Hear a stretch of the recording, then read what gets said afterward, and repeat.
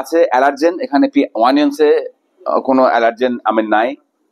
যে age restriction, মানে কেউ খেতে পারবে কি পারবে না, যেমন কাঁচা মরিচ হলে কেউ খেতে পারবে না সাধারণত, কিন্তু এখানে এজ রেস্ট্রিকশন কোনো কিছু নাই।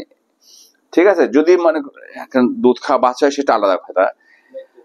হ্যাঁ, তারপরে হ্যাঁ, ল্যাকটেটিং ওমেন, এখানে কোনো কোনো এখানে হ্যাজার্ড নেই, তার কোনো সমস্যা নেই। আর কেমিক্যালস, হ্যাঁ কেমিক্যালস আছে, এই যে ক্যালসিয়াম স্টিরেট 2% আছে। আমাদের এখানে স্পেশাল ফিচার যেটা আগেই বলে দিয়েছে, স্পেশাল ফিচার্স এর মধ্যে all machines are of food grade SS304।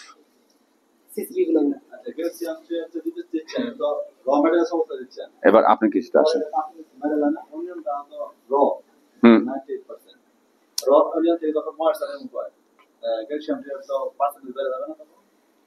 কত লেভেলে আপনারা ইউজ করেন? 2% কি ফাইনাল প্রোডাক্টটা বেস? ফাইনাল তো পরে আরো বেড়ে যাবে। কিসে ক্যালসিয়াম স্টিরেট বেড়ে যাবে? কি কোনটা বেড়ে যাবে? ওয়েট বাই ওয়েট যদি করা যায়, যত থেকে যাচ্ছে না দুদিকে, তাহলে সেক্ষেত্রে যেহেতু আমরা যখন অনিয়নটা দিচ্ছি স্লাইস তো, তাই না? হ্যাঁ, তো যখন দিচ্ছি তখন হচ্ছে তো ওটা তো ওয়েটে দিচ্ছি, তাই না? জি। তো ওয়েট দিলে তখন 12% আপনি বলছেন যে 12% আপনার একটা মশলা থাকে। আমি ওইটার এগেইনস্টে যদি আমার এখানে যদি অ্যাডিং করি, তাহলে পরে দেখা যাচ্ছে যে তখন এটা যখন মশলা লস করতেছে, মানে আপনার ফাইনাল প্রোডাক্টের মশলা, এটা হচ্ছে ফাইনাল, তো আমার তো ফাইনাল প্রোডাক্টের ওটা কি অ্যাডিং হয় ফাইনাল প্রোডাক্ট? না না, ফাইনাল প্রোডাক্টে না, ফাইনাল প্রোডাক্টে হ্যাঁ, ফাইনাল প্রোডাক্ট মানে কি, এটা ওই যে যখন আমরা মানে এই যে আমি বলেছি যে গ্রাইন্ডিং হওয়ার পরে যখন এই সিভিং হয়ে যাচ্ছে, মানে সিভিং হয়ে যাচ্ছে, এর এই পর্যায়ে যখন মিক্সিং করছে তখন এটা হচ্ছে। এটা তো বলে না, এইজন্য বললাম। না ঠিক আছে, তাহলে সমস্যা নেই। না না, আমরা ওই সময় দিই না, তাহলে তো হবেই না। না ঠিক আছে। আচ্ছা, এখানে না না না না, এখানে ফুড সেফটি বিষয়ে যে কয়েকটা পয়েন্ট আছে, সেটা হচ্ছে আমাদের সিসিটি, যে পয়েন্টগুলোতে আমরা স্পেশাল, হ্যাঁ ক্রিটিক্যাল কন্ট্রোল পয়েন্ট, যেখানে আমরা স্পেশাল মেজার নিতে হবে, so otherwise you can't maintain the quality. So এখানে যেমন এখানে মেটাল ডিটেকশন কোয়ালিটির সাথে সম্পর্ক নেই। আমরা না ক্রিটিক্যাল বলেছিল যে একটা কথা আপনারা বলে দিচ্ছেন যে কোয়ালিটি আর সেফটি দুইটা ডিফারেন্ট ইস্যু। তো কোয়ালিটির সাথে কিন্তু সিসিপি কখনো এই কোয়ালিটির সাথে সম্পর্ক নেই। আচ্ছা, সেফটি রাউন্ড, এটা হচ্ছে এটা সেফটি পয়েন্ট, ঠিক আছে? ফুড সেফটি আলোকে এটা কথা বলতে হবে। আচ্ছা, সুতরাং আমরা কিন্তু জানি না আসলে ওটা সিসিপি কি সিসিপি না। জি, তো আর কি বলেন? আচ্ছা, আর সিসিপি এখানে আছে হচ্ছে, এখানে যে টেম্পারেচার আছে, এখানে আমাকে মেইনটেইন করতে হবে প্রপারলি, না হলে আলটিমেট প্রোডাক্টের যে কোয়ালিটি এটা মেইনটেইন করতে পারবো না, বা কোয়ালিটি সেফটি মেইনটেইন করতে পারবো না। মানে আমার যে স্ট্যান্ডার্ড করছে, স্ট্যান্ডার্ড পরিষ্কারভাবে বলে দেওয়া আছে যে এটা ম্যানডিটেশন বা ইত্যাদি বিষয়ে তারা আসলে বা কোয়ালিটি সেফটি, এইসব বিষয়ে। আচ্ছা, আপনারা যেটা বলছেন তো করে ইনক্লুড করা আছে সেফটি, বাট আমরা আপনারা যদি টেম্পারেচার করব, তো যেমন আমি মিল্কে যখন পাস্টারাইজ করি, তো এটা আমার মিল্কের রিকোয়ারমেন্ট, যদি পাস্টারাইজ প্রপারলি না হয় সেখানে আমার প্যাথোজেনিক মাইক্রোবস থাকতে পারে, যেটা পরে আমার সেফটি আর কোয়ালিটি আসলে ইন্টিগ্রেটেড টার্ম, এটা আসলে আপনি আলাদা ডিফারেনশিয়েট করতে পারবেন না। সেফটি আর কোয়ালিটি প্রপারলি একটা বাদ দিয়ে আরেকটাকে কল্পনা করা ইন্টিগ্রাল। আচ্ছা, আমরা সেফটি দিয়ে কথা বলতে চলে। হ্যাঁ, সেফটি এখানে আরেকটা সিসপি আছে, এটা একটা সেফটি, এই সেফটি না মেইনটেইন করলে আমরা আলটিমেট প্রোডাক্টটা যে সেফ ইনশিওর করা, আলটিমেট প্রোডাক্টের হয়তো ময়েশ্চার লেভেল, এটা একটা সেফটি ইস্যু। আমরা আসলে এখন সিসিপি টিসিপি জানি না তো, আমরা কথা না। আচ্ছা, তাহলে ঠিক আছে, আমাদের এখানে শেষ হয়ে গেছে কথা। এখন বলেন যে ওনাদের এখানে আপনাদের আর কোনো কোশ্চেন আছে কি? কোয়ালিটি ইস্যু আছে, যেমন অ্যালুমিনিয়াম ফয়েল প্যাক, এটা ফুড গ্রেড কিনা, এটা ইয়াটা মেজার করতে হবে, আর এটা একটা কিন্তু কোয়ালিটি ইস্যু। এটা 100% ফুড গ্রেড, ওটা কিভাবে অ্যাচিভ করা হয়? তা আমরা যেটা ফুড গ্রেড বলে বাজারে যেটা নিজেরা চেক করতে হবে না, ওইটা তো আমি বললাম যে ওই ক্যাপাসিটি যা কিছু করব সবই লজিক্যাল। আপনি 100% বলতে পারেন, কোনো প্রবলেম নেই, বাট আপনি 100% এটাকে আপনার প্রুভেন কোনো কিছু দেখাইতে হবে, সেটা ডকুমেন্টেশন দেখাইতে হবে, দিয়ে আপনি বলতে পারছেন যে আমার সার্টিফাইড কোনো মডিফাই আছে, যেখানে আমি এনশিওর করতে পারি যে আমার যে ম্যাট ফয়েল পেপার সেটা ফুড গ্রেড 100%। অথবা আপনি করতে পারেন যেটা হচ্ছে সাপ্লায়ারের কাছ থেকে আপনি কোয়া নিতে পারেন, যে কোয়া সাপ্লায়ারের কাছে কোয়া আমরা এসজিএস এ টেস্ট করছি, এই ফয়েল প্যাক সহ নিয়ে গেছি, কারণ ওরা অ্যাপিয়ারেন্স সহ টেস্ট করে। আমার কাছে এই বেশি দিন নাই, এখনো দিন 15 হয়েছে। আমরা কিন্তু বছরে 2 বার মিনিমাম আমরা টেস্ট করাই, ঠিক আছে? এটা টেস্ট করে কিছুর জন্য, আমাদের সাথে তো বটেই এই বাইরের রিকোয়ারমেন্ট, এটা যে 6 মাসের পুরনো হলে কোনো তারা মানে রিপোর্ট অ্যাকসেপ্ট করবে না। আমাদের এখানে দিয়েছিল মেইন ইনগ্রেডিয়েন্ট হচ্ছে অনিয়ন, তারপরে আমরা কিছু ফুড অ্যাডিটিভস ব্যবহার করছি, সেগুলো বাদ দিয়ে প্যাকেজিং। হ্যাঁ, যেটা হচ্ছে যে অ্যালুমিনিয়াম ফয়েল প্যাক, যেহেতু ওখানে থাইলয়েড আসার কোনো সমস্যা মানে সম্ভাবনা নাই। হ্যাঁ, পলি হলে হয়তো থাইলয়েডের ব্যাপার একটা আসতো।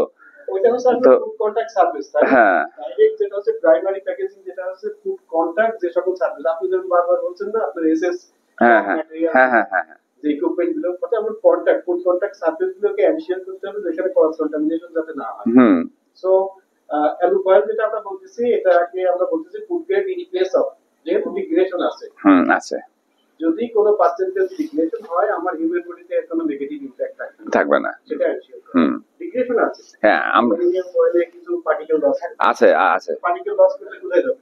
এটা টাইম যদি অতিরিক্ত পুরনো হয়ে যায় তখন পাউডারের ভিতরে তো যাবে। হ্যাঁ তো পাউডারের ভিতরে যাওয়ার পরে যাতে আমি যাতে আপনি এটা নেগেটিভ ইমপ্যাক্ট আমার উপর না আসে সেটাকে এনশিওর।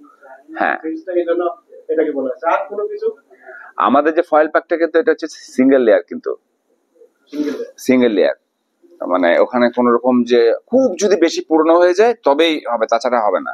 আমাদের কোনো মাইগ্রেশন টেস্ট করা আছে, সবকিছু করা আছে। মাইগ্রেশন টেস্ট আমরা migration test migration flavour release হ্যাঁ বুঝছি। মাইগ্রেশন টেস্ট আছে খুব না এটা আমি বুঝছি, ওটা পলি হলে সমস্যা হতো, কিন্তু এটাতে কোনো সমস্যা আমাদের হয় না। কেননা যদিও আমরা এটা এসজিএস থেকে রিকমেন্ড করা আছে যে এই ফয়েল প্যাক সহ যদি আমরা করি, হ্যাঁ ওরা আবার প্যাকিং এর ছবি টবি সব সহ আমাদের দেশে হচ্ছে 1 বছর শেলফ লাইফ কোনো মানে রাখা যাবে 1 বছর। সুতরাং এটা এনাফ আমি মনে করি। শেলফ লাইফ স্টাডি করে মানে এক বছর আচ্ছা আমরা শেলফ লাইফ হচ্ছে ওগুলো ভিন্ন ইস্যু। শেলফ লাইফ তো আমরা স্টাডি করি, এটা স্টাডি করার জন্য এসজিএস আছে। ফুড সেফটি বিষয়ে কথা ছিল, এখানে কোনো স্টেপ মনে হচ্ছে যে এখানে কোনো স্টেপ আসলে প্রসেস ফ্লোটাকে আমরা বলছিলাম যে হ্যাঁ ইমপ্রুভ করার কোনো ব্যাপার আছে কিনা, এখান থেকে মিসিং হচ্ছে কিনা, বা এখান থেকে যখন আমি বলছি তো সিপিং হয়, তাই না? তো সিপিং হচ্ছে, সিপিং মানে তো মানে এখান থেকে আমি কিছু পাস করতেছি কিছু ছেড়ে দিচ্ছি, তাই না? ওইটা আবার রিসাইকেল যেহেতু আমাদের এখানে দুইটা জিনিস হচ্ছে। 1 নম্বর কথা হচ্ছে যে এটা 45 মেস থ্রু হচ্ছে কিনা। সেকেন্ড কথা হচ্ছে যে যতবার শিফট করব আমরা একবার শিফট করি সমস্ত, মানে যদি এই যে এটা থাকে, যদি লোহা থাকে, সোজা কথা লোহা থাকলে একদম 100% লোহা কিন্তু রিমুভ করে দিবে আমাদের মেশিনে, এটাই। এখন যদি আমরা যেটা উনি যেটা লোহা বলতে বোঝাচ্ছে সেটা হচ্ছে মেটাল ফ্র্যাগমেন্ট। হ্যাঁ মেটাল ফ্র্যাগমেন্ট একদম থাকে, আদার মধ্যে থাকে লোহার টুকরা যেটা এগুলো থাকে। শুধু লোহার টুকরা মানে কি গ্রাইন্ডারটা কিসের তৈরি? একদম পাউডারের মতন। গ্রাইন্ডারটা কিসের তৈরি? গ্রাইন্ডারটা ওটা হচ্ছে যে SS 316 গ্রাইন্ডার। হ্যাঁ এবং আমাদের শুধু যে নেটটা আছে, একটা গোল নেট আমাদের ইম্পোর্ট করে আনতে হয়, মানে ইন্ডিয়াতে একটা নেটের দাম $100। না ঠিক আছে, এখানে গ্রাইন্ডারের একটা ব্যাপার ছিল, হ্যাঁ। গ্রাইন্ডারটা থেকে আসলে কোনো কিছু যেহেতু গ্রাইন্ডিং না একদম মানে একদম ফ্রিকশন থাকলে কিছু সেখানে ক্ষয় আছে, লিকে হবে। তো মানে মেবি হতে পারে যেহেতু ফ্রিকশন আছে না। হ্যাঁ আছে, ফ্রিকশন তো অবশ্যই আছে। তো যত জিনিসের কিছু ফ্রিকশন হবে সেখানে কিছু ক্ষয় আছে। হ্যাঁ, যদি কিছু ক্ষয় থাকে তাহলে সেটাকে আমি কিভাবে করতেছি? চালি মেশিন না তুমি বুঝো না, এটা চার্লি মেশিনটার তো ফ্রিকশন হচ্ছে। হ্যাঁ হ্যাঁ এখন সেই ক্ষেত্রে কি আমার আরেকটা যদি মেটাল আমি বলি এটার আমি বলি একটা যদি আমরা নেট নিই মিনিমাম আমাদের 1 বছর কোনো চেঞ্জ করা লাগবে না, কোনো চেঞ্জ করা লাগবে না। আর আমরা যেখানে এটা করি মানে গ্রাইন্ডিংটা গোল, এবং আমরা উইথ বেয়ার আইস আমরা দেখতে পাই, মানে একদম দেখতে পাই, মানে একটা প্রত্যেকটা প্রোডাকশনের শেষে কিন্তু আমরা দেখতে পাই। তো উইক যদি হয়ে যায় হঠাৎ করে কিন্তু একটা জায়গা থেকে চটা উঠে যাবে। যদি উঠে যায় কোনো সময় ওইটাকে তো আবার নতুন করে আবার তো চালবই, প্লাস নেটটা চেঞ্জ করে দেওয়া হবে। এবং আমাদের প্রসেস গুলো অন্য, এবং খুব এটা খালি চোখে দেখা যায়, এনিবডি ক্যান সে। এবং এটার জন্য একজনকে মনে করেন আছে 2-3 জন জানে, কিন্তু একজনই রেসপন্সিবল থাকে এইটার জন্য, শুধু একটা মেশিনের জন্য। মানুষের যাতে মেশিনকে বিশ্বাস করি বেশি, এখানে যখন পাউডার ফর্মে কোনো প্রোডাক্ট হবে অ্যাকচুয়ালি আপনার first one is process requirement, যে কোনো ভারী কোনো মেটাল যদি আসে তাহলে আমার গ্রাইন্ডারে সেটা প্রবলেম করতে পারে। উনি বলছিলেন যে আমার ফ্র্যাকচার হতে পারে, আমার মোটর পুড়ে যেতে পারে, যে কোনো ইস্যু হতে পারে, বা আমার অন্য কোনো মানে এক্সপেন্সিভ কোনো ডিভাইস ধ্বংস হয়ে যেতে পারে, ঠিক আছে? তো সেই ক্ষেত্রে আমার ব্লেডটাই ভেঙে যাবে আসলে। যেগুলো কিছু হতে পারে এক্সপেন্সিভ, যেগুলো হ্যাঁ। প্রবলেম হচ্ছে, তারপরে কি হচ্ছে ওইটা আমার প্রসেস রিকোয়ারমেন্ট হিসেবে আমি ওই মেটাল ডিটেক্টর দিয়েছি। শুধু মেটাল ডিটেক্টর না, ডিস্টোনারও। আচ্ছা, স্টোনার দিয়েছি, বাট আমার প্রোডাক্ট সেফটির জন্য অবশ্যই প্যাকেজিং বা প্যাকেজিং এর পরে যে কোনো জায়গায় আমার থাকা উচিত, যেটা হচ্ছে যে এই ব্র্যান্ডিং এর পরে কোনো একটা স্টেপ যেটা এনশিওর করবে যে আমার এখানে কোনো মেটাল চিপস আছে। আচ্ছা, এটা একটা হইতে পারে যে আরেকটা যেটা হচ্ছে সাধারণত সব পাউডার গুলোতেই প্যাকেজিং অথবা প্যাকেজিং এর আগে আরেকটা স্টেপ থাকে, যে স্টেপে এনশিওর করে যে আমি ওই এবং আমাদের মনে হয় সম্ভবত বিএসটিআই বা ইয়েতেও মনে হয় প্রসেস ফ্লো ডায়াগ্রামে সম্ভবত আমার ফিনিশ প্রোডাক্ট যাওয়ার আগে অথবা প্যাকেজিং করার আগে অথবা প্যাকেজিং এর সময় পাউডার প্রোডাক্ট গুলো একটা ইয়ের ভিতরে যাবে। আমাদের কাছে দুবার হয়, আমাদের কাছে দুবার হয়। একবার হচ্ছে যে প্রথম অবস্থাতে, আর একবার যখন গ্রাইন্ডিং হয়ে যাচ্ছে, পাউডার ফর্ম হয়ে যাচ্ছে, মিক্সিং হয়ে যাচ্ছে, তারপরে কিন্তু সিভিং হচ্ছে। হ্যাঁ, সেটিংটা তো প্রসেস। এটা কিন্তু মারাত্মক জিনিস। সেটিং আমাদের মানে ওনার কনসার্ন ইস্যু হচ্ছে আছে, তাই না? ম্যাগনেটিক ট্র্যাপ আছে, ম্যাগনেটিক আছে। হ্যাঁ, ম্যাগনেটিক ট্র্যাপ আছে, তার মানে আমার যদি বড় পার্টিকেল গুলো যেগুলো থাকবে সেগুলো ক্যাচ করবে। যদি বড় পার্টিকেল থাকে না, যদিও বড় পার্টিকেল তো প্রথমেই করি, যে বড় পার্টিকেল থাকলে মানে আমার মেশিন শেষ। আচ্ছা, এরপরে যদি করে মানে আমি বললাম যে এখানে সাধারণত থেকে থাকে আর কি, যেহেতু পাউডার ফর্ম। আর কোনো কোশ্চেন আছে আপনাদের? ইউভি লাইট কি পাস করা হয়? আমাদের ইউভি লাইটের এগুলোতে কোনো আমাদের মানে প্রয়োজন পড়ে না। এখানে ইউভি কেন পাস করবে? মানে প্রশ্ন হলো ইউভি পাস করার উদ্দেশ্যটা কি? যে সময় মাইক্রোফোন থাকে, ইউভি কোন মাইক্রোস্কোপ ইউভি সাধারণত ডিস্ট্রয় করে? এটা সাধারণত যেহেতু লো ডেরিয়া ওয়াটার প্রোডাক্ট, তেমন দরকার পড়ে না।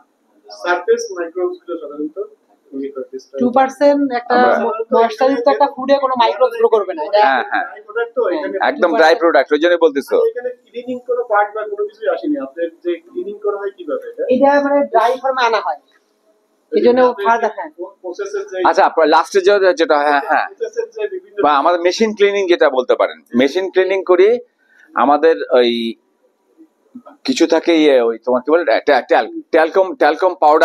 ট্যালকম পাউডারও কিন্তু মানে kind of anti lumping agent. কেন?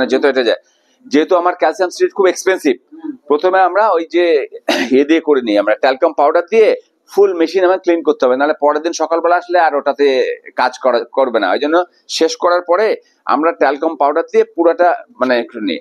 আর আমাদের কিছু এমনি মানে প্রোডাকশন থাকে, যেগুলো ওয়েস্টেজ থাকে বা থাকে, ওইগুলো আবার ওর মধ্যে দিয়ে কিছু জিনিস আছে যেগুলো নিয়ে আমার করতে হয়, সেটা সবকিছু আর বলা যাবে না। ওইটা আবার ওটা ফুডই, কিন্তু ওটা ফুডই অ্যাকচুয়ালি ফুডের পাউডার।